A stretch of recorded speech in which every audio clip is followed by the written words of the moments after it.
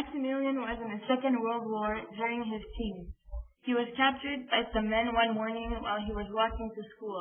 He was 12. He was then placed in a camp, the Hitler Youth, with other boys of his own age. He trained to be sent to the front as soon as he would be ready. He didn't want to specify if he actually went to the front. He said that one day, all of the boys were placed in gliders, which are planes with no engines. They were pulled in the air by another plane, and then they were told to figure out how to fly when they were let go. He saw a lot of other gliders around him fall to the ground.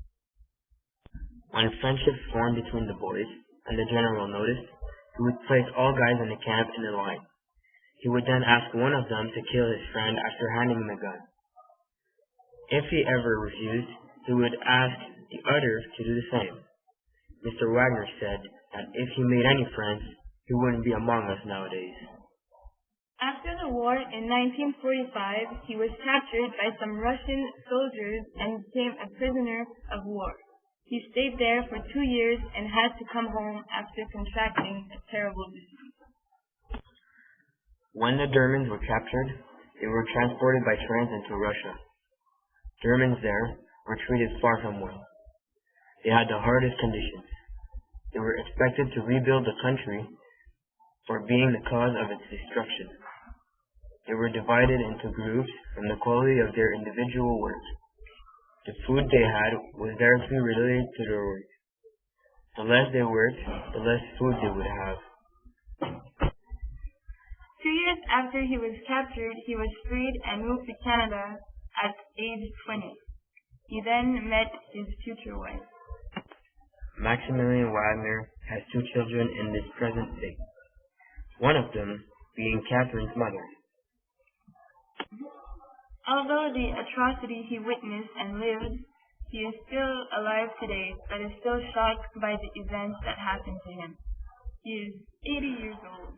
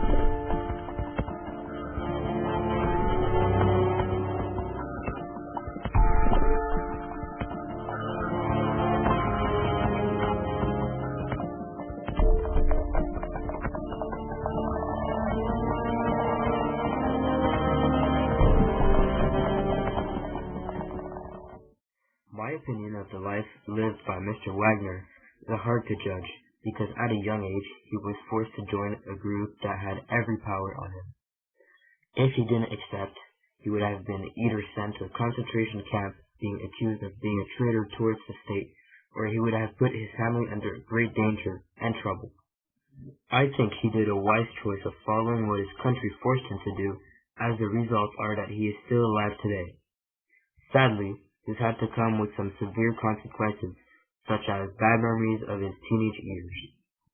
I still think this veteran is a hero and a reason to base on our lives.